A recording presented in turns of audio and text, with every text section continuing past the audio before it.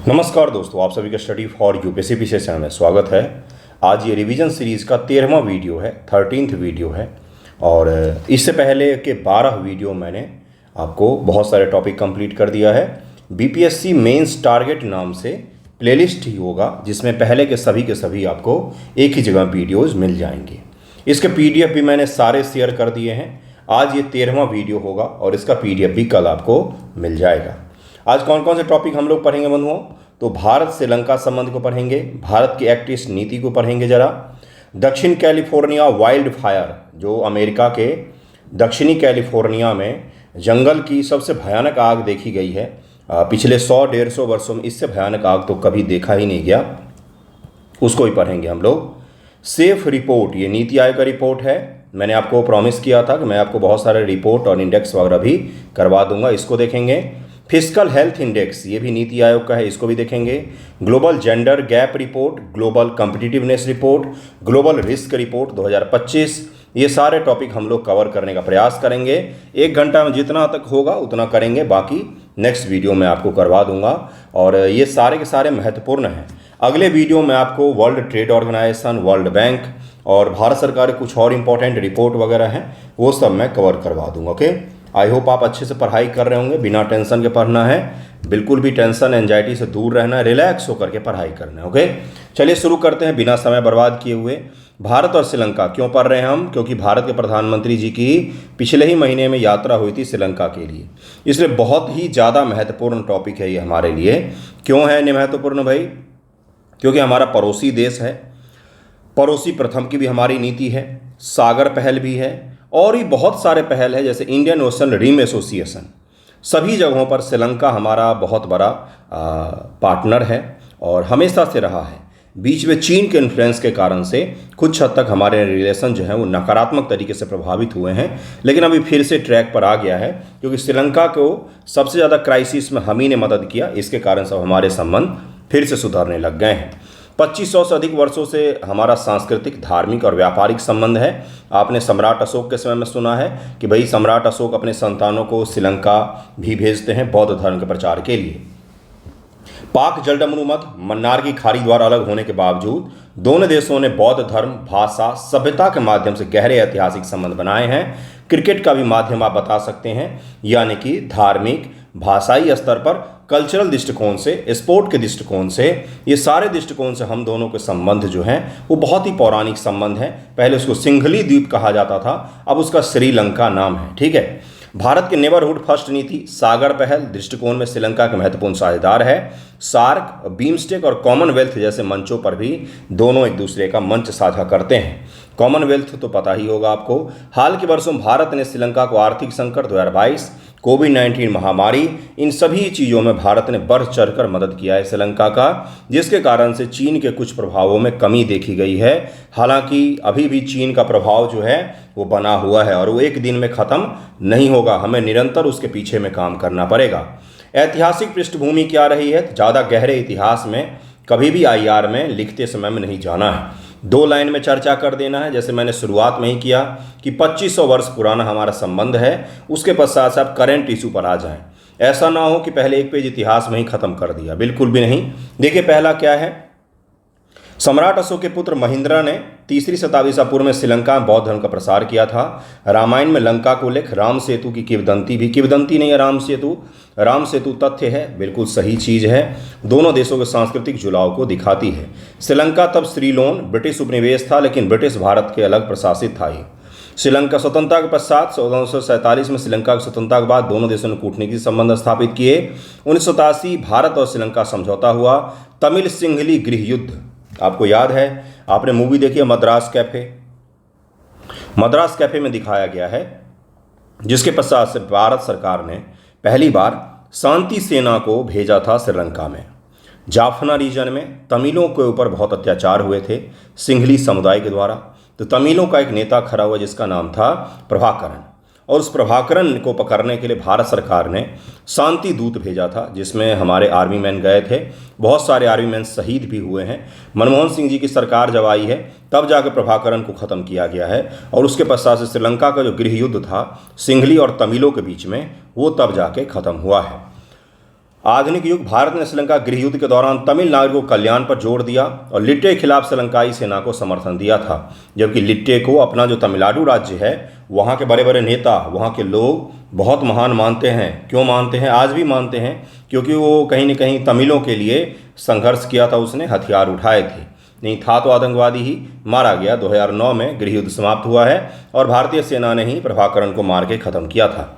वर्तमान स्थिति पर आ जाते हैं। ये तो हो गया पृष्ठभूमि। पृष्ठभूमि में आपने क्या सीखा कि हमारा ऐतिहासिक संबंध बहुत अच्छा रहा है, हमने गृह युद्ध में भी श्रीलंका की मदद की है, लेकिन श्रीलंका जो है वो एक अस्थिर देश रहा है हमेशा से ही। भाषा और धार्मिक कट्टरता वहाँ पर बहुत हद तक मजबूत है। धार्मिक कट्टरता और भाषा इस हद तक है कि तमिल और सिंहली के बीच में आज भी संघर्ष देखे जाते हैं।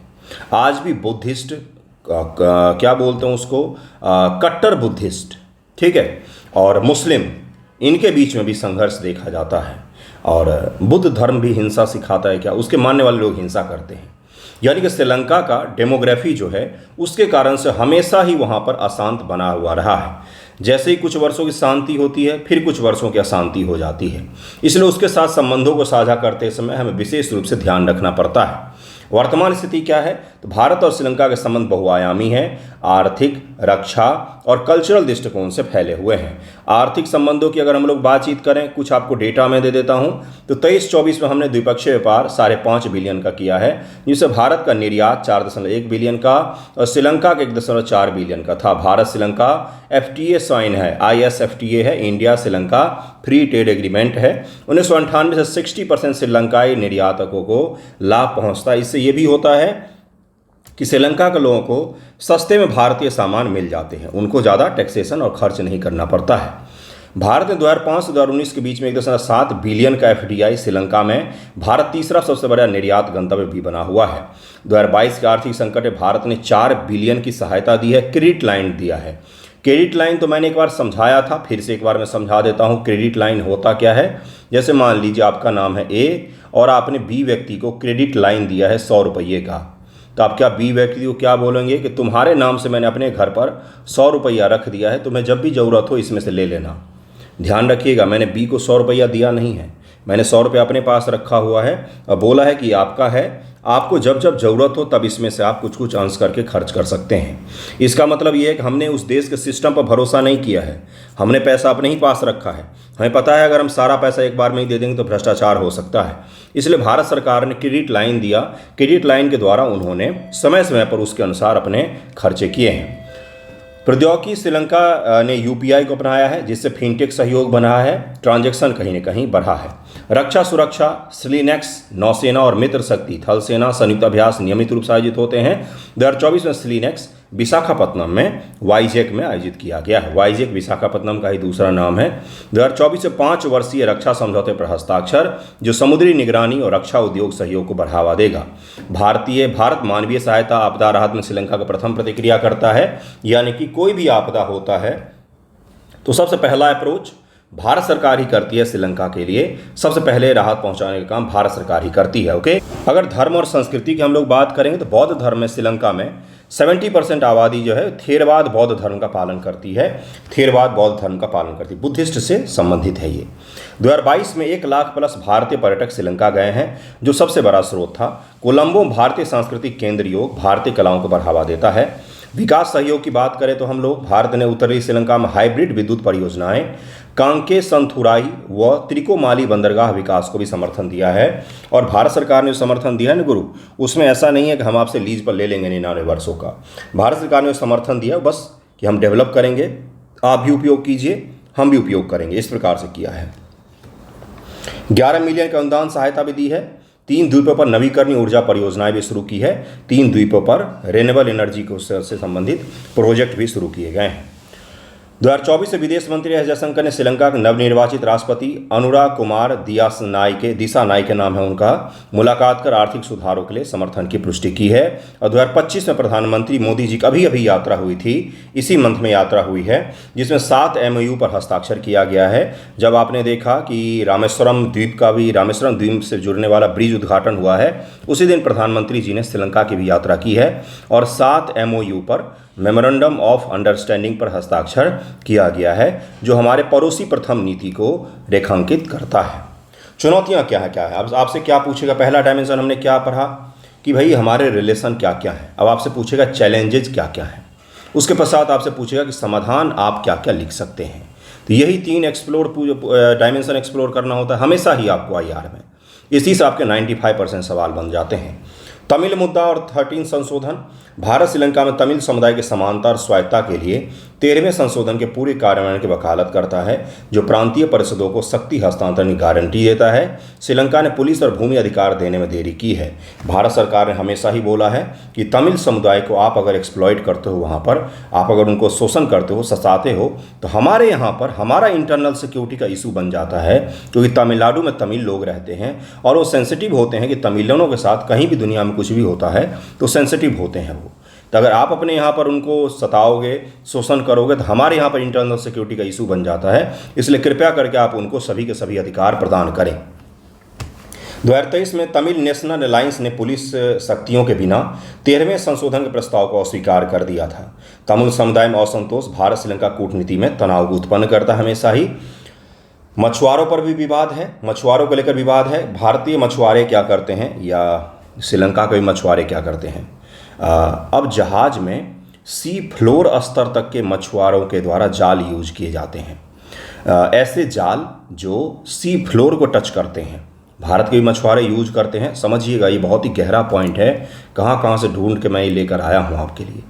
तो उससे क्या होता है ना, पहले क्या होता था कि मछली पकड़ने के लिए लो क्वालिटी के जाल उपयोग किए जाते, जिससे केवल मछली पकड़ में आते थे और कुछ मछलियाँ भाग जाती थी।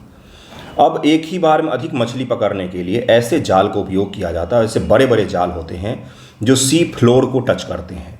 श्रीलंका भी और भारत का तमिलनाडु का नीचे वाला हिस्सा भी इकोलॉजी के दृष्टिकोण से बहुत ही ज़्यादा सेंसिटिव एरिया है। वहाँ पर जब सी फ्लोर में जाल टच होता है तो वो एल्गी को नुकसान पहुँचाते हैं, वो शैवालों को नुकसान पहुँचाते हैं। इससे सी का जो इकोसिस्टम है, पर्यावरण है, तंत्र है बना हुआ, उसको नुकसान पहुंचता है। और इसके कारण से भारत के मछुआरों को भी सीमा पार करने के कारण से और अवैध मत्स्य के कारण से वहाँ भी गिरफ्तार किया गया है और भारत में भी गिरफ्तार किया जाता है। दोनों देशों के बीच में इस चीज़ को लेकर हमेशा ही बातचीत बनी रहती है कि मछुआरों को छोड़ दीजिए या मछुआरों को टेंशन का हम करें क्या। तो ये नई तकनीक आने से जो नुकसान हुआ है उसमें इस नुकसान को भी आप जोड़ सकते हैं। चीन का बढ़ता प्रभाव। चीन और श्रीलंका के बीच में हबन टोटा बंदरगाह को लेकर डील साइन हुआ। चीन के रिसर्च व्हीकल आकर के श्रीलंका में खड़े हो जाते हैं और वहाँ से पूरे दक्षिण भारत पर निगरानी रखते हैं वो। हमारे चूँकि रक्षा, सुरक्षा, विज्ञान, प्रौद्योगिकी से जुड़े हुए बहुत बड़े बड़े सेंटर जो है, इसरो हो, बार्क हो, और बड़े बड़े सेंटर जो हैं ये हमारे दक्षिण के भाग में ही है। श्रीलंका में अगर कोई बड़ा हाईटेक चीनी जहाज आ जाता है तो यहाँ से इन सब पर निगरानी रखी जाती है। DRDO का भी टेस्टिंग साइट वगैरह दक्षिण के कई सारे जगहों पर है। इसलिए भारत सरकार ने हमेशा ही कंसर्न जाहिर किया है कि कृपया करके चीनी प्रभाव के कारण हमारा नुकसान ना करें। ये जो अभी वर्तमान के प्रधानमंत्री हैं उन्होंने हमसे प्रॉमिस किया है कि हम कभी भी अपने भूमि को चीन के लिए उपयोग नहीं होने देंगे, भारत के विरोध में उपयोग नहीं होने देंगे। सीमा सुरक्षा और तस्करी का भी मुद्दा है। श्रीलंका की आर्थिक अस्थिरता एक बहुत ही बड़ा मुद्दा है। भारत सरकार ने अब उनको आर्थिक मदद तो दिया है, लेकिन आर्थिक मदद के कारण से ही उनकी स्थिति अच्छी हो जाएगी ऐसा नहीं है। उनको पॉलिसी मेकिंग पर में ध्यान देना पड़ेगा। श्रीलंका जो बैंक करप्ट हुआ उसके पीछे एक ये भी कारण माना जाता है कि उन्होंने एक ही बार पूरे देश को जैविक कृषि की ओर मोड़ दिया, ऑर्गेनिक एग्रीकल्चर की ओर मोड़ दिया, जिससे क्या हुआ कि उत्पादन आपका नीचे आ जाएगा, शार्प डाउन हो जाएगा। क्योंकि जैविक कृषि जब आप अपनाते हैं तो शुरुआत में आपका उत्पादन नीचे धराम से गिर जाएगा और धीरे धीरे करके जब आप 10 साल 20 साल देते हैं अपने कृषि में निवेश को, तब जाके आप जैविक कृषि में सफल हो पाते हैं। श्रीलंका ने एकाएक पूरे देश में जैविक कृषि को लागू कर दिया, वो भी फोर्सफुली। उत्पादों उर्वरकों के इंपोर्ट को रोक दिया, जिसके कारण से उसका बैंक करप्ट होने में एक योगदान ये भी माना जाता है। बहुत सारे योगदान हैं, उनमें से एक योगदान ये भी है। इंटरनल रूप से इनसिक्योर होना भी उसका एक योगदान है, क्योंकि उससे टूरिज्म, जिससे उसकी अर्थव्यवस्था चलती है, वो कम हो गया। ईस्टर पर ब्लास्ट हुए थे वहाँ पर, जिसके कारण से धीरे धीरे करके अर्थव्यवस्था उनकी डूब गई थी। पॉलिसी मेकिंग उन्होंने किया है, सुधार किया है, पॉलिसी का स्तर पर रिफॉर्म किया, अब जाके उनकी इकॉनमी सही होनी शुरू हुई है। कच्चा तीबू द्वीप को लेकर विवाद है। इंदिरा गांधी जी ने ये द्वीप जो है ये श्रीलंका को दे दिया था, लेकिन वर्तमान तमिलियन राजनीति और भारत सरकार ने इस द्वीप का मुद्दा फिर से उठाया है, जिसके कारण से ये विवाद कहीं न कहीं बढ़ा है। भविष्य की राह क्या है? आर्थिक सहयोग को और गहरा कर सकते हैं हम लोग। India Sri Lanka free trade agreement को और भी ज़्यादा हम लोग बड़ा बना सकते हैं। तमिल मुद्दे का समाधान संपूर्ण रूप से होना चाहिए। जो जो हमारे समस्या थे ना, उन सभी में लिख दीजिए कि इसका समाधान होना चाहिए। मछुआरों विवाद का हल, चीन के प्रभाव का मुकाबला हमें करना पड़ेगा। रक्षा और समुद्री सुरक्षा को और भी ज़्यादा मजबूत करना पड़ेगा। सांस्कृतिक और जनसंपर्क, जिसमें छात्रों को, लोगों को, पर्यटकों को हम लुभाने के लिए अलग अलग मुद्दों के द्वारा उनको हम लुभा सकते हैं। क्षेत्रीय एकीकरण, जैसे भारत में बिहार में गया में जो बुद्धिस्टों का अभी वर्तमान में धरना प्रदर्शन चल रहा है, तो उसको श्रीलंका से सपोर्ट हासिल है, क्योंकि श्रीलंका के बौद्धों ने भी मांग किया है कि जो भारत में राजगीर बौद्ध मंदिर है, कौन सा एक्ट है, मैं भूल गया एक्ट का नाम, जो एक्ट है उसमें संशोधन करने की मांग श्रीलंका के भी बुद्धिस्ट करते रहे हैं, उसमें से हिंदुओं को निकाला जाए। तो इस प्रकार से इनका इन्फ्लुएंस आप देख सकते कहाँ तक है और हमारा इन्फ्लुएंस कहाँ तक है। अगर हम बुद्ध धर्म से जुड़े हुए चीज़ों को और भी ज़्यादा क्या करें, हाईलाइट करें, तो हमारा पर्यटन बढ़ सकता है। ठीक है, ये था भारत और श्रीलंका का संबंध मैंने आपको पढ़ाया है, जिसमें मैंने आपको चुनौती डिटेल में समझाया है, वर्तमान रिलेशन डिटेल में समझाया है, और समाधान में मैंने हेडिंग पढ़ा है। आपको समझ में आ गया होगा। नेक्स्ट टॉपिक पर हम लोग चलते हैं। नेक्स्ट टॉपिक है भारत की एक्ट ईस्ट नीति। क्यों पढ़ रहे हैं हम लोग? म्यांमार में भीषण भूकंप आया। ठीक है, म्यांमार में भारत सरकार ने सबसे पहले आपदा राहत में मदद किया। मलेशिया में भी भूकंप आया था, है ना। और उसके अलावा अभी चीन देखिए दक्षिण पूर्व एशिया के देशों के साथ अपने संबंधों को प्रगाढ़ कर रहा है। चीन के राष्ट्रपति वर्तमान में वियतनाम की यात्रा पर थे 2 दिनों तक। तो ये क्या हो रहा है? तो चीन अमेरिका के टैरिफ से बचने के लिए दक्षिण पूर्व एशिया के देशों के साथ अपने संबंधों को और दक्षिण एशिया के देशों के साथ अपने संबंधों को कहीं ना कहीं मजबूत कर रहा है। तो ऐसे में हमें भी देखना पड़ेगा कि एक्ट ईस्ट नीति को हम कितना ज़्यादा और बढ़ा सकते हैं, ताकि वो मार्केट जिस पर चीन अपना अधिकार और भी ज़्यादा बढ़ाना चाह रहा है, उस पर हम अपना इन्फ्लुएंस बढ़ा सकें। आपको समझ में आ रहा है? उसके साथ साथ बांग्लादेश का भी एक बहुत ही बड़ा कंसर्न हो गया है। तो एक्ट ईस्ट नीति जो है वो कहीं ना कहीं बांग्लादेश जैसे जो देश हैं, जो उत्पाती हो गए आजकल, उनको भी काउंटर करने में हमें मदद मिलेगा कि आपके बिना भी हम पूर्व की दिशा में और भी ऐसे देश हैं जिनके साथ हम अपने संबंधों को प्रगाढ़ करके आगे बढ़ सकते हैं। उसके साथ साथ एक बहुत ही बड़ा चैलेंज भी है। भारत के पश्चिम में पाकिस्तान हमारा ब्लॉकेड करके बैठा हुआ है। पश्चिम की तरफ हम सड़क के द्वारा नहीं जा सकते हैं। म्यांमार में सैन्य शासन होने से म्यांमार के थ्रू भी हम नीचे की तरफ नहीं जा पा रहे हैं, जबकि प्रोजेक्ट तो पहले से ही डिज़ाइन किया हुआ था, कलादान मल्टी मॉडल प्रोजेक्ट। उसके अलावा भारत के जो नॉर्थ ईस्ट हैं उसको सिंगापुर तक हम सड़क मार्ग से जोड़ना चाह रहे थे। ठीक है, तो ये सब कुछ कैसे होगा? जब म्यांमार स्थिर होगा, म्यांमार में सैन्य शासन के साथ ही हम सहयोग स्थापित कर लें। अब हम ये वेट थोड़ी नहीं करेंगे कि म्यांमार में लोकतंत्र आएगा, फिर जाके हम शासन सत्ता स्थापित करेंगे, फिर जाके हम वहाँ से संबंध स्थापित करेंगे, नहीं। और भारत के प्रधानमंत्री जी ने म्यांमार के जो सेनाध्यक्ष हैं, जिन्होंने शासन संभाला हुआ, उनसे मुलाकात भी किया कि हम आपके साथ ही आगे बढ़ना चाहते हैं। तो भारत की एक्ट ईस्ट नीति, पहले इसका नाम क्या था? लुक ईस्ट नीति, पूर्व की ओर देखो। तो मोदी जी आए तो उन्होंने बोला अब देखो मत, अब काम भी करो। एक्ट ईस्ट नीति कर दिया उन्होंने। नरसिम्हा राव जी ने 1991 में लुक ईस्ट को शुरू किया था। मेरे हिसाब से भारत के सबसे शानदार प्रधानमंत्री कोई रहे हैं, नरसिम्हा राव ही रहे हैं। विदेश नीति में उन्होंने जो मील का पत्थर स्थापित किया ना, उसके पश्चात से विदेश नीति उनके अनुरूप ही चलती आई है। 1991 में ही इजराइल के साथ हमने संबंधों को आधिकारिक तौर पर स्वीकारा है। 1991 में ही हमने आधिकारिक तौर पर act east look east policy को शुरुआत वहीं से हुआ है। तो ये मैं क्या बता रहा हूँ कि कितना बड़ा गेम चेंजर साबित हुआ है, न केवल इंटरनल बल्कि एक्सटर्नल पॉलिटिक्स में। ठीक है, देखिए अब इसमें कि भारत की एक्ट ईस्ट नीति जो है ये लुक ईस्ट नीति का ही विस्तार है, जिसको 1991 में शुरू किया गया था। अब आपके मन में ये भी तो आना चाहिए कि सर इनमें अंतर क्या है? इनमें अंतर क्या है भाई साहब? आप जो इतना चिल्ला रहे हो, एक्ट ईस्ट और लुक ईस्ट में नीति क्या है? एक्ट ईस्ट में हमने इकोनॉमिक, पॉलिटिकल, कल्चरल सांस्कृतिक एक नया डायमेंशन हमने ऐड किया इसमें, संस्कृति का, कि हमें सांस्कृतिक संबंधों को भी मजबूत करना है। जबकि लुक ईस्ट में सारे पहलू थे, इकोनॉमिक, पॉलिटिकल, रक्षा, सब कुछ थे, लेकिन सांस्कृतिक पहलू को उसमें एक्सप्लोर नहीं किया गया था। मोदी जी आए तो उन्होंने बोला कि हम हर संबंध के साथ साथ सांस्कृतिक संबंध को भी ऐड करेंगे, तो वो बन गया कौन सा, एक्ट ईस्ट नीति। लुक ईस्ट में कल्चरल दृष्टिकोण से ध्यान नहीं दिया गया था।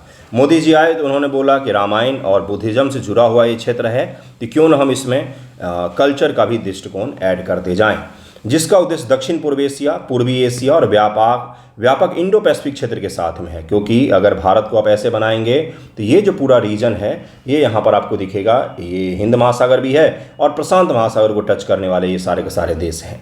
तो ये जो है ये कहीं ना कहीं इंडो पैसिफिक एरिया में हमें मदद करेगा। उसके साथ साथ आसियान यूरोपियन यूनियन के पश्चात से सबसे स्थिर और सबसे ज़्यादा शानदार काम करने वाला एक इकोनॉमिक ब्लॉक है जो बहुत अच्छा काम करता है। आसियान उसका एक उदाहरण है। तो आसियान के साथ हमारे संबंध जितने मजबूत होंगे उतना ही ज़्यादा हमारा एक्ट ईस्ट नीति जो है ये सफल होगा। इसका लक्ष्य जापान, दक्षिण कोरिया, ऑस्ट्रेलिया और अन्य क्षेत्रीय देशों के साथ सहयोग बढ़ाकर भारत की क्षेत्रीय शक्ति के रूप में स्थापित करना और चीन के बढ़ते प्रभाव को संतुलित करना है। एक्ट ईस्ट नीति में हम केवल दक्षिण पूर्व एशिया के ही देश नहीं बल्कि ऑस्ट्रेलिया, न्यूजीलैंड, जापान, दक्षिण कोरिया, इनकी भी चर्चा करते हैं हम लोग। एक्ट ईस्ट नीति में 4 सी हैं। अब ध्यान रखिएगा, चारों का चारों सी मोदी जी ने बनाया है, तो शब्द गढ़ते हैं मोदी जी बहुत अच्छा। Culture, commerce, connectivity, capacity building, चारों सी को याद रखिएगा, चारों सी को याद रखिए। कल्चर, कनेक्टिविटी और commerce, capacity building. Culture, commerce, संस्कृति, पैसा रुपया, कॉमर्स हो गया, परिवहन साधन, कनेक्टिविटी हो गया, और कैपेसिटी बिल्डिंग कि हमें कैपेसिटी बिल्डिंग भी करनी है। ये 4 सी पर आधारित है हमारा एक्ट ईस्ट नीति। यह नीति भारत के उत्तर पूर्वी राज्यों को क्षेत्रीय कनेक्टिविटी का केंद्र बनाने में विशेष जोर देती है। हाल के वर्षों में भारत ने इस नीति के तहत महत्वपूर्ण प्रगति की है, लेकिन क्षेत्रीय जटिलताएं और आंतरिक सीमाएं, बहुत सारी सीमाएं हम पर लग जाती हैं। हम ऐसे भूगोल में फंसे हुए हैं जिसमें एक तरफ पाकिस्तान है, दूसरी तरफ बांग्लादेश और म्यांमार है। उत्तर में हिमालय है, उत्तर की तरफ जा नहीं सकते। दक्षिण में हिंद महासागर है, दक्षिण में समुद्र में हम बढ़ सकते हैं ज़्यादा से ज़्यादा। तो अगर भारत के पूर्व में पाकिस्तान के साथ हमारे बहुत अच्छे संबंध रहते और हम डायरेक्ट यूरोप से अगर जुड़ पाते सड़क मार्ग के द्वारा, तो आज अपनी इकॉनमी 7 से 8 ट्रिलियन डॉलर की रहती है ना। इसके कारण से हमारा नुकसान हो जाता है। वर्तमान स्थिति, एक्ट ईस्ट नीति ने भारत के इंडो पैसिफिक क्षेत्र में प्रभाव को बढ़ाने में महत्वपूर्ण भूमिका निभाई है। 2024 तक इस नीति की प्रमुख उपलब्धियां इस प्रकार से रही है। आर्थिक सहयोग, आसियान के साथ व्यापार, 23-24 में भारत आसियान व्यापार 131 बिलियन तक पहुंच गया है। अभी मैंने आसियान की चर्चा की थी, देखिए यहाँ पर। आसियान के साथ मुक्त व्यापार समझौता 2010 में लागू हुआ है। ASEAN trade in goods agreement ATIGA के तहत उन्नत करने पर चर्चा चल रही है कि हम इसको और भी ज़्यादा बढ़ाएं, बस यही है। भारत ने सिंगापुर, मलेशिया, वियतनाम में FDI बढ़ाया है। सिंगापुर भारत में सबसे बड़े निवेशकों में से एक है। भारत में 2 जगहों से बहुत पैसा आता है, एक तो सिंगापुर और दूसरा आपका कौन सा हो गया, तो कल ही मैंने देश का नाम बोला तो फिर से भूल जाता हूँ मैं, मॉरिशस नाम है उसका। मॉरिशस और सिंगापुर है। प्रौद्योगिकी 2024 में सिंगापुर के साथ हमने सेमीकंडक्टर, पिछले ही वर्ष, इसीलिए पढ़ा रहा हूँ, पिछले ही वर्ष सेमीकंडक्टर, डिजिटल पब्लिक इंफ्रास्ट्रक्चर, ऐसे डिजिटल पब्लिक इंफ्रास्ट्रक्चर जो पब्लिक के लिए उपयोग होते हैं, जैसे UPI डिजिटल पब्लिक इंफ्रास्ट्रक्चर आएगा, जैसे डिजिटल इंडिया, जैसे डिजी लॉकर। तो इसका उपयोग सिंगापुर के साथ सहयोग करके हम कर सकते हैं। जैसे सिंगापुर में हमने UPI को इनेबल कर दिया है। भारत ने आसियान के साथ डिजिटल फंड की भी स्थापना की है। कनेक्टिविटी परियोजनाएं, Kaladan multi modal transport project. Multi modal क्यों कहा जाता है, बस रट के आगे बढ़ गए क्या, Kaladan multi modal transit project, बस भूल गए। मल्टी मॉडल का मतलब होता है, ट्रांजिट प्रोजेक्ट का मतलब होता है कि सड़क, एक से अधिक माध्यम, सड़क पहले यूज करेंगे, देन हम लोग वाटरवे यूज करेंगे, और वाटरवे के बाद फिर हम लोग रेल लिंक का यूज करेंगे, सड़क का यूज करेंगे। इसीलिए इसको कलादान मल्टी मॉडल कहा जाता है। भारत, म्यांमार, थाईलैंड त्रिपक्षीय राजमार्ग, ये एक्सप्रेसवे है जो भारत से चल के डायरेक्ट थाईलैंड तक जाएगा। बिल्कुल गाड़ी में बैठो और डायरेक्ट थाईलैंड में उतरो। उत्तर पूर्व को दक्षिण पूर्व एशिया से जोड़ने की महत्वाकांक्षी परियोजना है। बॉर्डर हाट, भारत बांग्लादेश, भारत म्यांमार सीमा पर स्थानीय व्यापार को बढ़ावा देना। व्लादिवोस्तोक चेन्नई समुद्री मार्ग, रूस के सुदूर पूर्व के साथ व्यापार को बढ़ावा देने की पहल है। व्लादिवोस्तोक देखिए, ये है रूस, ये है रूस। यहाँ पर सेंट पीटर्सबर्ग और यहाँ पर मॉस्को दिखेगा आपको। यहाँ पर रूस का एक बहुत इंपॉर्टेंट सा शहर है जो सुदूर पूर्व में है, बिल्कुल प्रशांत महासागर तट के पास है और बीजिंग के बहुत करीब है। यहाँ पर बीजिंग है तो इसके बहुत करीब है, ये है व्लादिवोस्तोक। व्लादिवोस्तोक और चेन्नई, यहाँ पर ये व्लादिवोस्तोक है और यहाँ पर चेन्नई है। तो ये किधर से आएगा? प्रशांत महासागर, दक्षिण चीन सागर होते हुए, दक्षिण चीन सागर होते हुए, दक्षिण चीन सागर होते हुए हम तक आएगा। तो हम इसको भी डेवलप करना चाह रहे हैं और सेंट पीटर्सबर्ग से मुंबई को भी डेवलप करना चाह रहे हैं। ठीक है, तो ये दोनों अगर हमें डेवलप करना है, खास तौर से व्लादिवोस्तोक टू चेन्नई, तो हमें क्या चाहिए होगा? हमें हिंद प्रशांत क्षेत्र में अपने प्रभाव में वृद्धि करनी पड़ेगी। सामरिक क्वाड है इस क्षेत्र में, सिम्बैक्स है, सिंगापुर के साथ अपना चलता है, मिलान है, मालाबार अभ्यास होता है, रक्षा सहयोग, वियतनाम को आईएनएस किल्टन और सिंगापुर को तटीय रडार प्रणालियां प्रदान की गई हैं। ASEAN defence ministers meeting plus और ईस्ट एशिया समिट में भारत की नेतृत्वकारी भूमिका भी है। सांस्कृतिक और जनसंपर्क भी है। बौद्ध सर्किट में थाईलैंड, म्यांमार और लाओस के साथ संयुक्त पर्यटन की पहल भी है भारत सरकार का। उसके अलावा आसियान के लिए 100 पीएचडी फेलोशिप भारत आईआईटी में आसियान छात्रों के लिए अवसर बढ़ाता है कहीं न कहीं कि आप आइए और हमारे जो शानदार इंस्टीट्यूट हैं आईआईटीज़, उनमें पढ़िए, उनमें अध्ययन अध्यापन कीजिए। क्विक इम्पैक्ट प्रोजेक्ट, शिक्षा, स्वास्थ्य, जल संसाधनों में छोटी छोटी परियोजनाओं को लेकर हम लोग खूब काम करते हैं। क्षेत्रीय वैश्विक मंच, आसियान सेंट्रलिटी, यानी कि भारत ने आसियान आधारित क्षेत्रीय संरचना का समर्थन किया है, जैसे आसियान रीजनल फोरम। आसियान बैठक में हर साल भारत के प्रधानमंत्री जाते हैं भाग लेने के लिए और भारत आसियान समिट भी हर वर्ष आयोजित होता है। G20 में भी हम लोग साथ में काम करते हैं। महामारी और आपदा सहायता में भी हम लोग काम करते हैं। वर्तमान चुनौतियां क्या हैं? आर्थिक असंतुलन, व्यापार घाटा है भारत का बहुत ज़्यादा इन क्षेत्रों से। उसके अलावा RCEP, regional comprehensive economic partnership, ये आसियान प्लस चीन का एक रीजनल इकोनॉमिक ब्लॉक है जिसमें भारत पहले शामिल होना चाह रहा था, लेकिन फ्री ट्रेड एग्रीमेंट के कारण से, चूंकि इसमें चीन है तो सारे चीन के सामान हमारे घर पर भर जाएंगे, इसलिए भारत RCEP से 2019 में दूर हो गया। नहीं जुड़े हम कि हम नहीं जुड़ेंगे, जबकि वार्तालाप में हम शामिल थे। फिर हमने बाद में मना कर दिया कि भाई साहब हम नहीं जुड़ने जा रहे हैं, अपना घर पे रखो RCEP। कनेक्टिविटी परियोजनाओं में देरी हो रही है। क्यों देरी हो रही है? 2021 में म्यांमार में तख्ता पलट हो गया, जिसके कारण सब देरी हो रही है। म्यांमार के कारण से हम भारत आगे ही नहीं बढ़ पा रहे हैं। उसके साथ साथ भारत के बहुत सारे जो तटीय राज्य हैं, जैसे मणिपुर है, मणिपुर संघर्ष में कहीं न कहीं म्यांमार से आने वाले उग्रवादियों का भी हाथ माना जाता है कि वहाँ के द्वारा इनडायरेक्टली भारत के मणिपुर में जो विद्रोही गुट हैं अलग अलग, उनको विदेशी फंडिंग हासिल हो रही है, विदेश से उनको सहायता प्राप्त हो रही है। चीन का क्षेत्रीय प्रभाव बहुत ज़्यादा है इन देशों के ऊपर में। सभी देशों के चीन के साथ बहुत अच्छे व्यापार के कंडीशंस भी हैं। मलेशिया, थाईलैंड में चीनी हाई स्पीड रेल परियोजनाएं चल रही हैं जो डायरेक्ट चीन से चलते हुए मलेशिया तक जाएंगी। हम एक सड़क नहीं बना पा रहे मलेशिया तक, वो हाई स्पीड ट्रेन लेकर के आ गया है। भारत की सामरिक और आर्थिक उपस्थिति इससे सीमित हो जाएगा। क्वाड और वैकल्पिक निवेश के माध्यम से प्रभाव बढ़ाना पड़ेगा हमें।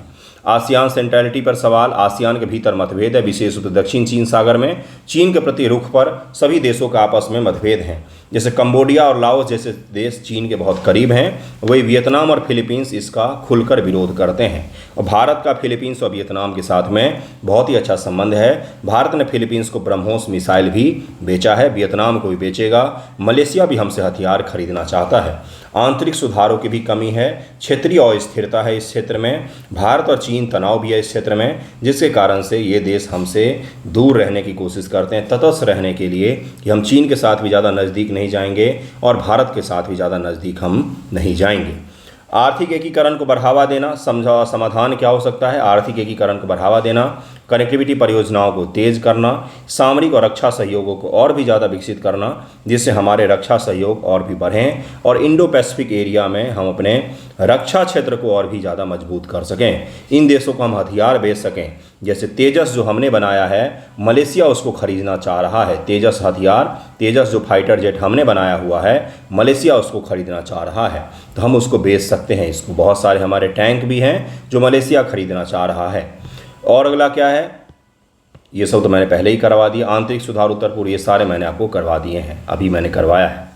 नेक्स्ट टॉपिक है दक्षिणी कैलिफोर्निया वाइल्ड फायर। डिटेल में इसको इसलिए पढ़ेंगे क्योंकि बहुत चर्चा में रहा है और पूछ सकता है। जंगल की आग क्या होती है? तो किसी भी मानवीय या प्राकृतिक कारणों से, मैंने कितनी ही बार आपको सिखाया है कि अगर नेचुरल डिजास्टर से संबंधित कुछ लिख रहे हैं, अगर उसमें स्कोप ऐसा है कि वहाँ पर कारणों को सब डिवाइड कर सकते हैं, तो अवश्य ही लिखिए प्राकृतिक और मानव निर्मित कारणों से। क्या भूकंप प्राकृतिक और मानव निर्मित कारकों से आते हैं? क्या आपने सुना है कि मानव निर्मित कारकों के कारण भूकंप आए हैं? बिल्कुल आते हैं। भूकंप मानव निर्मित भी होता है और प्राकृतिक भी होता है। कैसे? बहुत बड़े डैम वो कहीं न कहीं भूकंप का कारण बन सकते हैं समय के साथ। दूसरा, परमाणु बमों का परीक्षण भूकंप के कारण बन सकते हैं। अगला क्या हो सकता है? पहाड़ों में या कहीं पर खनिज संसाधनों को एक्सप्लोर करने के लिए बड़े स्तर का विस्फोट भूकंप के कारण बन सकते हैं। ये कुछ मैंने आपको भूकंप के मानव निर्मित कारण बताए। क्यों बताए हैं? बस ये बताने के लिए कि कोई भी प्राकृतिक आपदा होती है तो उसको हमेशा ही देखा कीजिए कि क्या कारण हो सकते हैं। प्राकृतिक भी हो सकता है, मानव निर्मित भी हो सकता है। अगर वहाँ पर स्कोप है तो अवश्य ही लिखिए।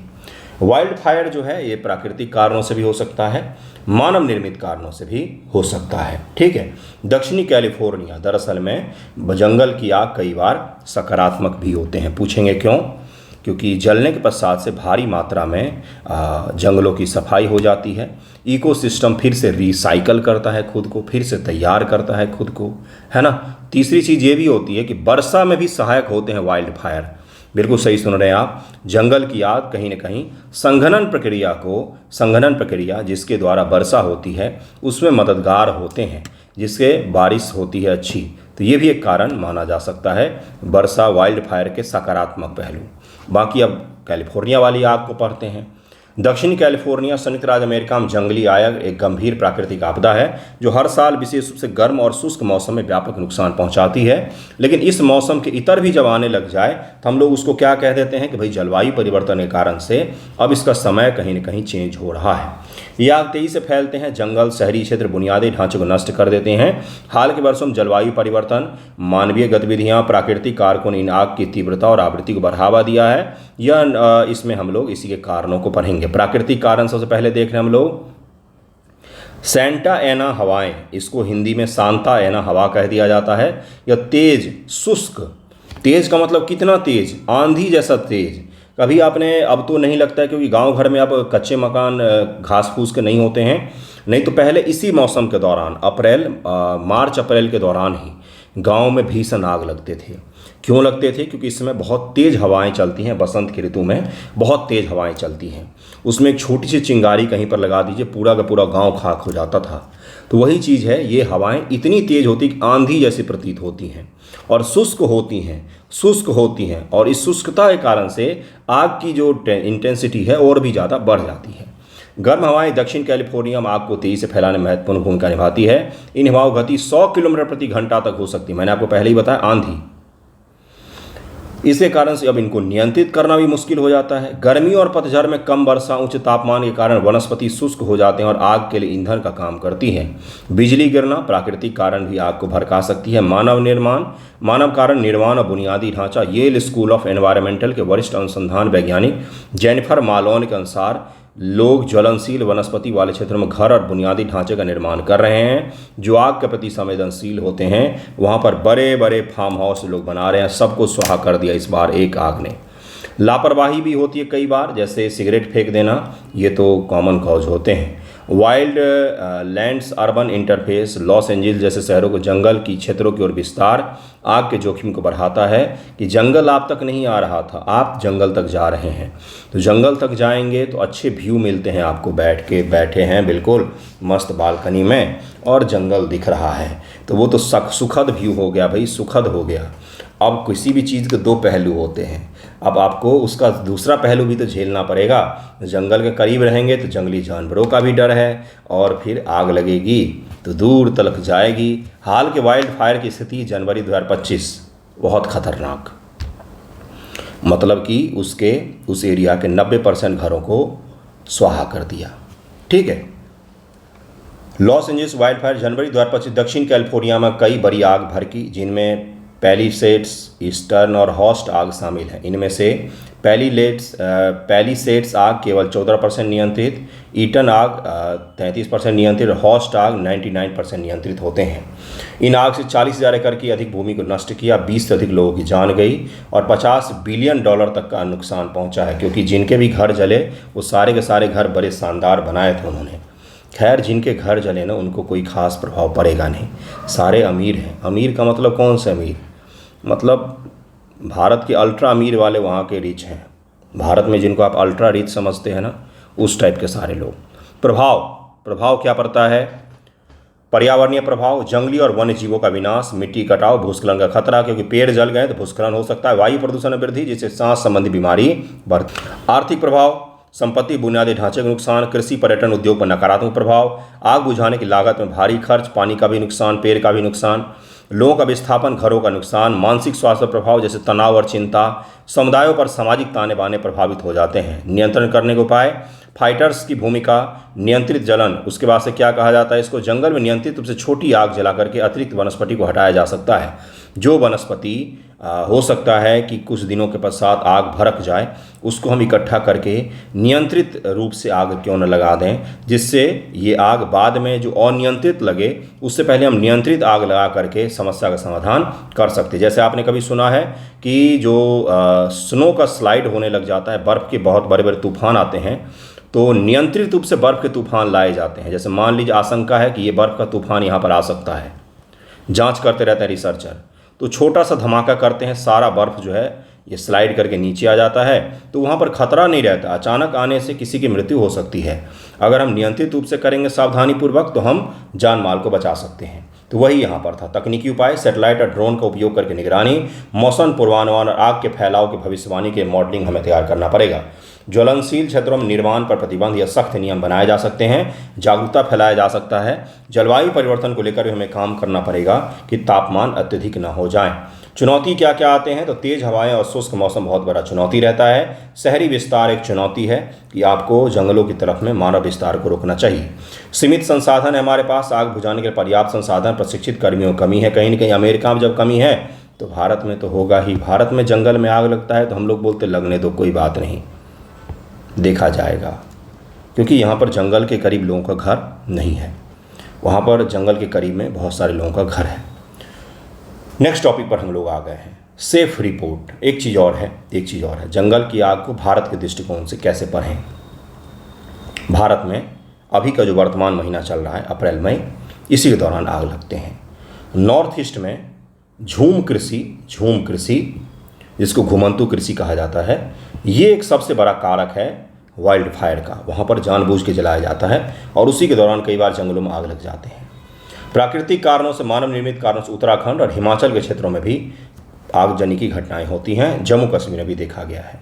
ठीक है, तो ये आप मैप पर जब भी बनाएं तो बता सकते हैं। दक्षिण भारत में जो फॉरेस्ट हैं उसमें जंगल की आग की घटनाएं बहुत ही नगण्य हैं, कम देखी गई हैं।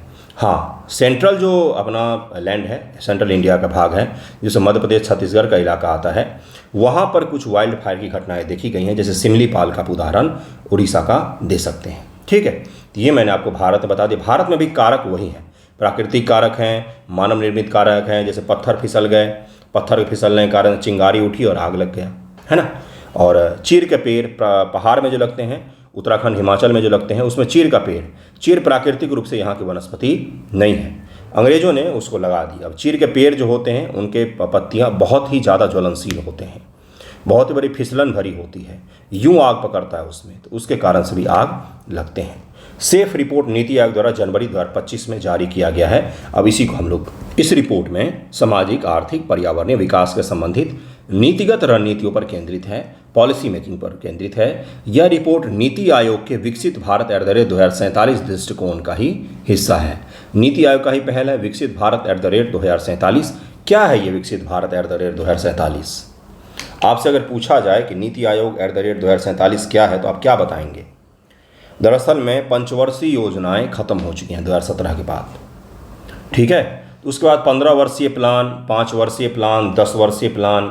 आपने सुना होगा कि नीति आयोग ने 15 ईयर प्लान लॉन्च किया है। यूपीएससी के जब एग्ज़ाम अगर हम लोग दे रहे थे तो उस समय हमें वो पूरा डॉक्यूमेंट पढ़ना पड़ता था, क्योंकि आंसर राइटिंग में उसका उपयोग करना होता है। ठीक है। तो उसी प्रकार से नीति आयोग ने भारत के विकसित बनाने के लिए 2047 तक का एक लक्ष्य बना करके रख लिया है। उन्होंने सोचा कि 5-5 साल का प्लान क्या बनाना, डायरेक्ट बना लो 2047 और थोड़ा आगे बनाते कि भाई 2100 ईस्वी 2100 ईस्वी तक का प्लान फिक्स कर लिया पहले ही। लेकिन संदर्भ के आधार पर यह सस्टेनेबल, एक्सेसिबल, फॉरवर्ड लुकिंग और इक्विटेबल होना चाहिए। मतलब आगे की ओर देखते हुए एक्सेसिबल सभी तक और सस्टेनेबल भी होना चाहिए। अस्थायी भविष्योन्मुखी यानी कि फॉरवर्ड लुकिंग और समान जैसे क्षेत्रों को संबोधित करता है। इस रिपोर्ट को हम लोग इसमें पढ़ेंगे। सेफ रिपोर्ट का अवलोकन करते हैं। जनवरी 2025 में जारी किया गया है नीति आयोग के द्वारा। यह रिपोर्ट भारत के विकास के दीर्घकालिक समावेशी रणनीतियों को रेखांकित करती है और नीति आयोग की स्थापना के 10वीं वर्षगांठ के अवसर पर यह रिपोर्ट जारी किया गया था। अब समझ में आया क्यों महत्वपूर्ण है ये। ठीक 10 साल पहले नीति आयोग नामक संस्था बनी थी और जब से बनी है तब से सिलेबस इतना ज़्यादा बढ़ जाता है बच्चों का। इसके कारण से सेफ रिपोर्ट के प्रमुख उद्देश्य, पहला उद्देश्य SDG, दूसरा उद्देश्य सहकारी संघवाद, कोऑपरेटिव फेडरलिज्म, नीति नवाचार और डिजिटलीकरण, तीसरा, चौथा समावेशी और लचीला विकास यानी कि फ्लेक्सिबल डेवलपमेंट होना चाहिए और इंक्लूसिवनेस भी होना चाहिए। SDG सहकारी संघवाद, नीति नवाचार और डिजिटलीकरण और चौथा है समावेशी और लचीला विकास। SDG का मतलब पता ही है। सहकारी संघवाद का मतलब होता है, कोऑपरेटिव फेडरलिज्म का मतलब होता है कि केंद्र और राज्य आपस में सहयोग करें। यहाँ तो झोटा झोटी हो रहा है। तमिलनाडु ने एक समिति बनाया है जो राज्यों को स्वायत्तता देने से जुड़े हुए सुझाव देगी। तो कौन सा यहाँ पर केंद्र और राज्य के बीच में आपको सहयोग बढ़ता हुआ दिख रहा है? पश्चिम बंगाल और भारत सरकार के बीच में देखिए अभी कैसे हो रहा है। दंगा हुआ, हाईकोर्ट ने सेंट्रल पुलिस फोर्स को वहाँ पर लगा दिया, तो उसके कारण से पश्चिम बंगाल और केंद्र के बीच में झगड़ा होने लग गया कि भाई ये क्या कर रहे हो आप।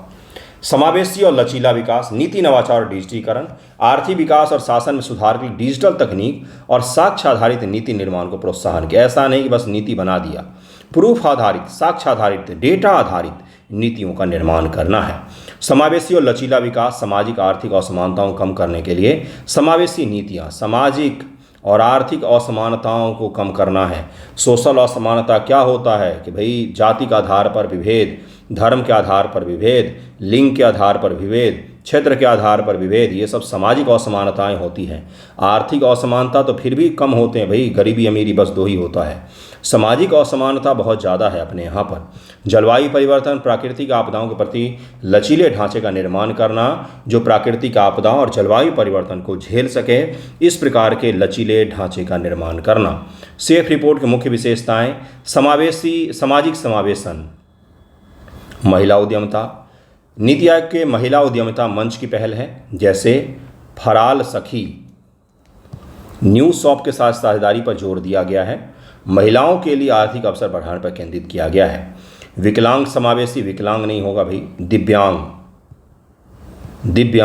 अंग हैं जिनके, समावेशी नवाचार, AIM अटल इनोवेशन मिशन, UNDP के साथ मिलकर के यूथ को लैब 2025 पहल को बढ़ावा देना है। सामाजिक उद्यमिता और दिव्यांगता समावेशी नवाचार पर केंद्रित हैं। दिव्यांगों से जुड़े हुए समावेशी नवाचार को हमें बढ़ावा देना पड़ेगा।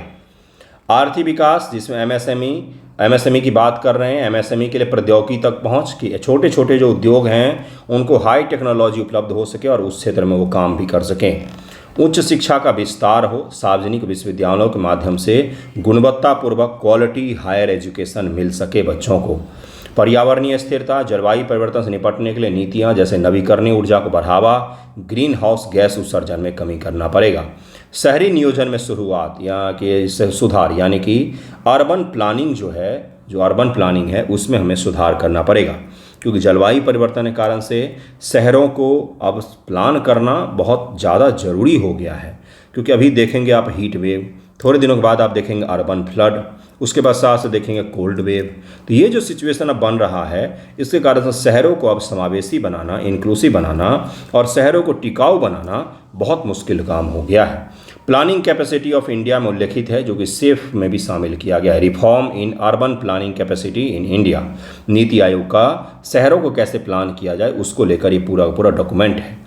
आकांक्षी क्षेत्रों पर ध्यान, आकांक्षी जिला, aspirational district, aspirational block, district के बाद हम एक पीढ़ी और नीचे चले गए, ब्लॉक तक चले गए, फिर एस्पिरेशनल विलेज तक जाएंगे हम लोग, जिससे ऐसे गांव, ऐसे ब्लॉक, ऐसे शहर जो पिछड़े हुए हैं उन तक हम विशेष प्रावधानों के जरिए विकास को पहुंचा सकें। आकांक्षी ब्लॉक कार्यक्रम 2023 में 500 अविकसित ब्लॉकों पर केंद्रित किया गया है।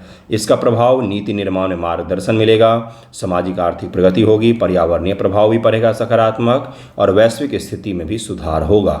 चुनौतियां क्या है? कार्यान्वयन की कमी, यानी कि बातें बहुत करते हैं, इम्प्लीमेंटेशन में कमी देखी जा रही है। डेटा की भी कमी है, वित्तीय बाधाएं भी उत्पन्न हो रही हैं। सुझाव: केंद्र और राज्यों के बीच समन्वय को मजबूत करने के लिए नियमित संवाद व मॉनिटरिंग को स्थापित करना पड़ेगा। डेटा संग्रह विश्लेषण के लिए तकनीकी बुनियादी ढांचे में निवेश करना पड़ेगा। टेक्नोलॉजी के लिए बेसिक इंफ्रास्ट्रक्चर जो चाहिए उसमें हमें इन्वेस्टमेंट करना पड़ेगा। निजी क्षेत्र और नागरिक समाज के साथ साझेदारी को बढ़ावा देना पड़ेगा। ये सेफ रिपोर्ट क्या है? एक बार रुकिए। हाँ, सेफ रिपोर्ट क्या है? परिचय मैंने दिया आपको। ये 2047 में जो भारत बनाना चाहते हैं उसी का एक हिस्सा है। Sustainable, accessible, forward looking and equitable. अवलोकन एक छोटा सा कर लिया, कब जारी हुआ, क्या है। सेफ रिपोर्ट का उद्देश्य, आपको चारों उद्देश्य यहाँ पर बताया है मैंने, याद रखिएगा। आज मैंने 4C बताए हैं। 4C याद है? Culture, commerce, connectivity, capacity building. किस में पढ़ा है हमने? लुक ईस्ट नीति में पढ़ा है, एक्ट ईस्ट नीति में पढ़ा है हमने। ये 4 उद्देश्य सेफ के हैं, ये चारों याद रहना चाहिए आपको। बहुत आसान है याद करना, एक बार पढ़ेंगे तो याद हो जाएगा। मुख्य विशेषता क्या है वो यहाँ पर आपको बता दिया है, प्रभाव क्या है वो भी यहाँ पर बता दिया, चुनौती क्या है वो भी यहाँ पर बता दिया है आपको। नेक्स्ट टॉपिक है fiscal health index 2025। Very very very important. Fiscal health यानी कि राजकोषीय स्वास्थ्य कैसा है भारत का, है ना। जैसे आपको मैं बोलूँ कि आपका आर्थिक स्वास्थ्य कैसा है, मतलब कि पैसा रुपया है कि नहीं, तो इसी को यहाँ पर फिस्कल हेल्थ कहा जा रहा है। ठीक है, अब आपको आधी चीज़ें तो समझ में आ गई होंगी। नीति आयोग द्वारा 24 जनवरी 2025 को जारी किया, बिल्कुल तरोताज़ा है, गर्मा गर्म भाप उठ रहा है। देखिए अभी अभी जारी हुआ है। इसे 16वें वित्त आयोग के अध्यक्ष डॉक्टर अरविंद पनगडिया ने लॉन्च किया। यह इंडेक्स भारत के 18 प्रमुख राज्य, और भी ज़्यादा इंपॉर्टेंट क्यों है, क्योंकि राज्य से जुड़े हुए हैं, ये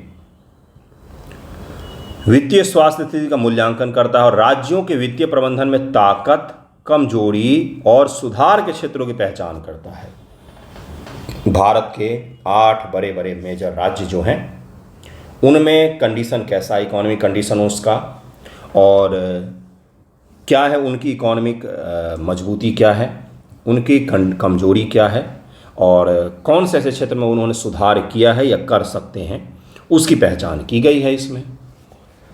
यह भारत अपनी तरह का पहला इंडेक्स है, और भी ज़्यादा इंपॉर्टेंट हो गया। वित्तीय वर्ष 22-23 के डेटा पर आधारित है, कैग डेटा का उपयोग करता है। एफएचआई का उद्देश्य राज्यों के बीच स्वस्थ प्रतिस्पर्धा को बढ़ावा देना है। जो प्रतिस्पर्धी संघवाद की आप भावनाओं को पढ़ते हैं, प्रतिस्पर्धी संघवाद का मतलब क्या होता है? केंद्र और राज्य, राज्य और राज्य एक दूसरे से प्रतिस्पर्धा करें, प्रतिस्पर्धी संघवाद। ठीक है, तो उसी को हमें बढ़ावा देना है। और विकसित भारत @ दृष्टिकोण को तो हर जगह ही चिपका देना है। फिस्कल हेल्थ इंडेक्स का अवलोकन क्या है, तो अभी बता दिया, 24 जनवरी 2025 को जारी किया गया है। और इसका उद्देश्य क्या है? राज्यों के वित्तीय स्वास्थ्य का मूल्यांकन, नीतिगत सुधारों के लिए डेटा आधारित अंतर्दृष्टि प्रदान करना, फिस्कल प्रूडेंस यानी कि वित्तीय विवेक, रेवेन्यू मोबिलाइजेशन यानी कि राजस्व संग्रह और ऋण स्थिरता को बढ़ावा देना है।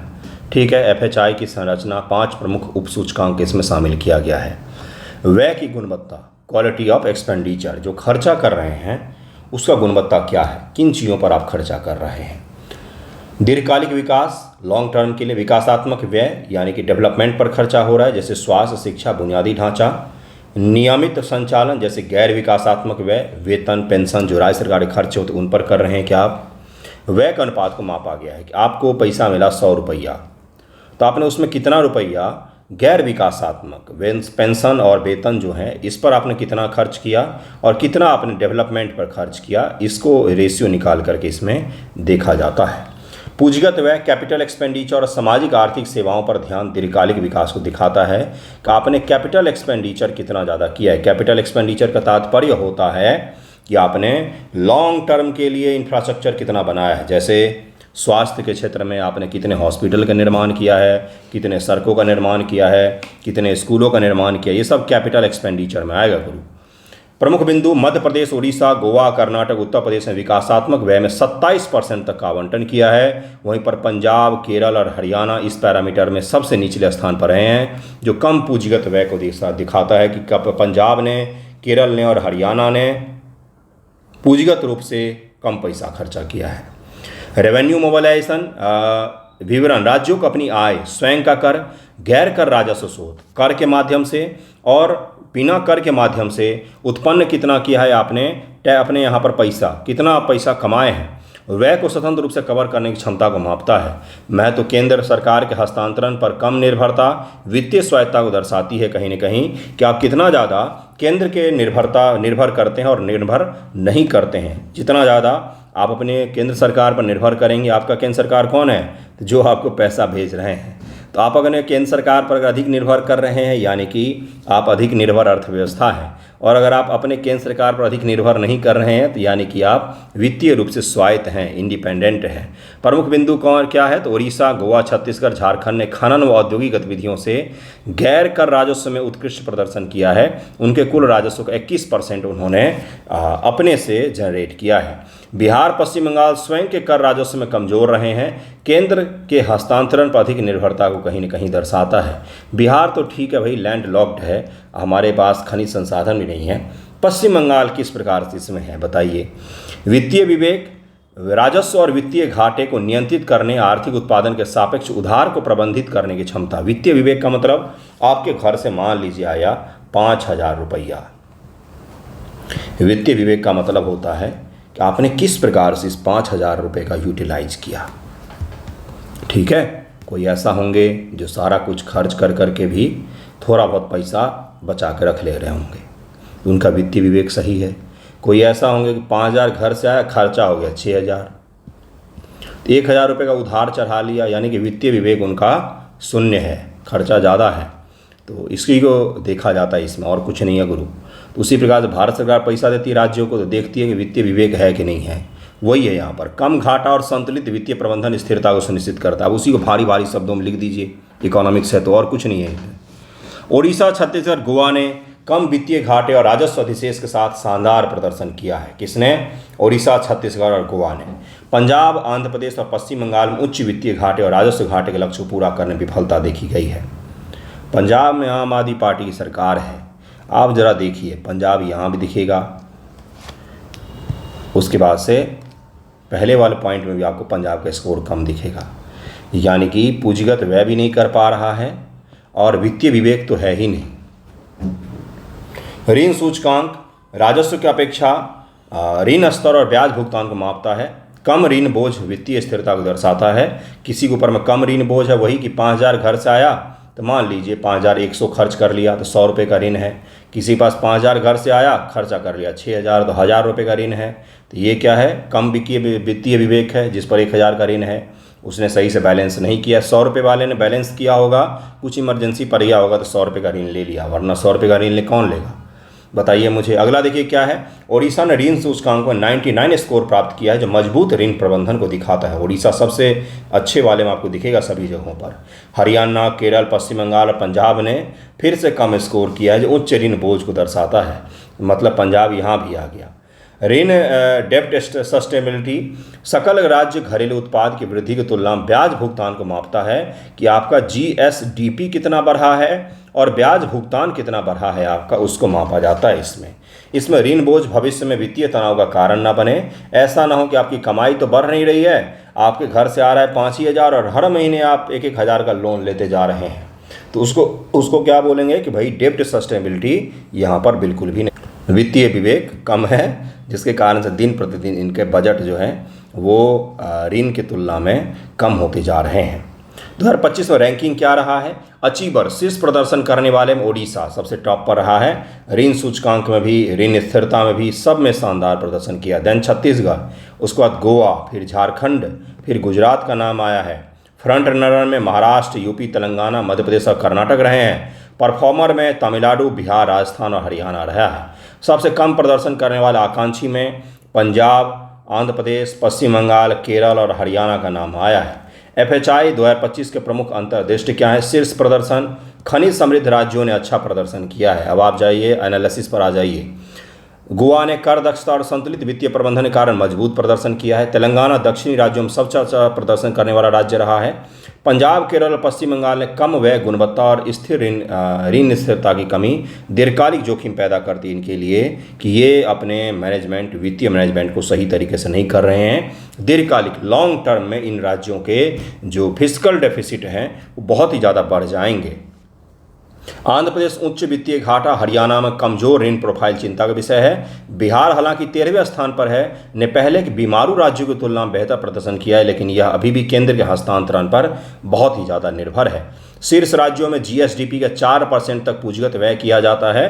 कैपिटल एक्सपेंडिचर करते हैं। कैपिटल एक्सपेंडिचर हमेशा ही अच्छा होता है। मान लीजिए आपके घर से 5,000 रुपया आया और 5,000 रुपये में से आपने बहुत सारे पैसे एजुकेशन पर खर्चा कर दिया, तो बिल्कुल सही चीज़ है। वहीं पर एक आपके परम मित्र हैं जिनके घर से 5,000 रुपया आया और उन्हें अधिकांश पैसा घूमने फिरने, खाने पीने पर खर्च कर दिया, तो ये बहुत ही ख़राब चीज़ है। इससे उनको कोई लाभ प्राप्त नहीं होगा। उनको लगेगा तात्कालिक रूप से हम ही जीवन जी रहे हैं, 2-4 को रील बना करके पोस्ट कर लेंगे, लेकिन दीर्घकालिक स्तर पर उनको बड़ा भीषण नुकसान पहुँचने वाला है। तो इसको क्या बोलेंगे हम लोग कि उनको कैपिटल एक्सपेंडिचर की तरफ में ध्यान देना चाहिए था। अचीवर राज्यों में कम ब्याज भुगतान और राजस्व अधिशेष देखा गया। आकांक्षी राज्यों में उच्च वित्तीय और राजस्व घाटे, कम राजस्व संग्रह और बढ़ता ऋण बोझ देखा गया है। FHI ने सुझाव क्या दिया है? वित्तीय विवेक को बढ़ावा दें, राजस्व आधार का विस्तार करें, अधिक कर संग्रह करें, पूंजीगत व्यय को बढ़ाएं, ऋण प्रबंधन सही से करें, जलवायु परिवर्तन की भी तैयारी करें, क्योंकि इसके कारण से भी राज्यों के डेफिसिट कहीं ना कहीं बढ़ जाता है। इसका प्रभाव क्या होगा? अब राज्य सरकारों को नीति निर्माण करते समय ये जो रिपोर्ट है इसकी तरफ देखेंगे और बोलेंगे कि भाई अपना फिजिकल हेल्थ सही करते हम लोग। प्रतिस्पर्धी संघवाद होगा, राज्यों के बीच में कंपटीशन होगा कि इस बार उड़ीसा ने अच्छा किया है तो केरल और तमिलनाडु और बिहार बोलेंगे इस बार हम आगे जाएंगे, तो ये कहीं ना कहीं प्रतिस्पर्धा को बढ़ाएगा। आर्थिक और स्थिरता बढ़ेगी, पारदर्शिता और जवाबदेही बढ़ सकती है। 56 मिनट में मैंने आपको बहुत सारे टॉपिक करवाए हैं। Next topic global gender gap report. आज मैंने नीति आयोग को आपको दोनों रिपोर्ट मैंने करवा दिया। अब जो अगला रिपोर्ट है ना वर्ल्ड इकोनॉमिक फोरम का है। कौन कौन से टॉपिक आज हमने किए हैं बंधुओं, एक बार रिवाइज कर लेते हैं अंत में। तो हमने भारत श्रीलंका संबंध पढ़ा है, very very very important. Bharat act नीति पर ही है। दक्षिण कैलिफोर्निया वाइल्ड फायर पढ़ लिया, सेफ रिपोर्ट पढ़ लिया, फिजिकल हेल्थ रिपोर्ट भी, इंडेक्स भी पढ़ लिया हमने। 3 टॉपिक रह गए, इसको नेक्स्ट वीडियो में करेंगे और नेक्स्ट वीडियो में और भी सारे हम लोग इंडेक्स और करंट अफेयर के टॉपिक को कवर करेंगे। थैंक यू सो मच आप सभी का वीडियो देखने के लिए। पढ़ते रहिए, बिल्कुल मोटिवेटेड रहिए। मेंस दे रहे हैं, मेंस असली सिविल सर्विस यही होता है। अब आपको लग रहा होगा प्रीलिम तो कुछ था ही नहीं, है ना? कोई बात नहीं, अच्छा ही जाएगा एग्ज़ाम, टेंशन नहीं लेना है बिल्कुल भी। रिवीजन रिवीजन और रिवीजन, रिवीजन कीजिए, रिवीजन कीजिए, रिवीजन कीजिए, और कुछ नहीं करना है। एग्ज़ाम में भी बहुत सारे वीडियो बना रहे हैं, मैं 1 मिनट बस लूँगा। बहुत सारे चैनल वाले वीडियो बना रहे हैं, एग्जामिनेशन हॉल की रणनीति क्या होना चाहिए, कौन सा पेन यूज करो, उसको लेकर वीडियो बना रहे हैं। अरे यार, आप लोग बुद्धिमान मनुष्य हो। एग्जामिनेशन हॉल में दुनिया की कोई रणनीति काम नहीं आती है, स्वयं का आपका रणनीति होगा। जिन्होंने जीवन में कभी एग्ज़ाम नहीं दिया होगा वही एग्जामिनेशन हॉल के अंदर की रणनीति बता रहे हैं। कोई रणनीति काम नहीं करता है वहाँ पर। क्वेश्चन पेपर आएगा और उसी के नीचे जगह दिया हुआ रहेगा, वहाँ पर केवल आपकी रणनीति होगी, इसीलिए उसको परीक्षा हॉल कहा जाता है। वहाँ पर कोई आपको मदद नहीं कर सकेगा। कौन सा पेन यूज करें? जिस भी पेन, जेल पेन में कंफर्टेबल महसूस करते उसका उपयोग कर लें। बॉल पेन मैं हमेशा इसलिए रिकमेंड करूँगा आपको क्योंकि स्पीड उसमें ज़्यादा होती है। ठीक है, एक पेन का ही उपयोग करें, एक कलर के पेन का उपयोग करें, सबसे बेस्ट रहेगा। अंडरलाइन करें ज़रूर। इसको लेकर कोई अलग से रणनीति बनाने की आवश्यकता नहीं होती है। जो सवाल पहले आ रहा है उसको पहले लिख दीजिए। GS 1 में ये रहता है कि भाई DI पहले कर लो, क्योंकि सब लोग वही करते हैं। पहले के 40-42 मिनट में DI निपटा लिया, 72 नंबर सिक्योर कर लिया। तो इसको लेकर रणनीति बनाने की कोई आवश्यकता नहीं है। एक्स्ट्रा लोड मत डालिए खुद पर कि मेरी एग्जामिनेशन हॉल की स्ट्रैटेजी क्या होगी। वो वीडियो व्यू बना रहे अपना, कोई स्ट्रैटेजी नहीं होती है। रिलैक्स होकर के जो पढ़ के जाएंगे लिख करके आइएगा, बात ख़त्म। इतना ही होता है। ठीक है, धन्यवाद आप सभी का वीडियो देखने के लिए।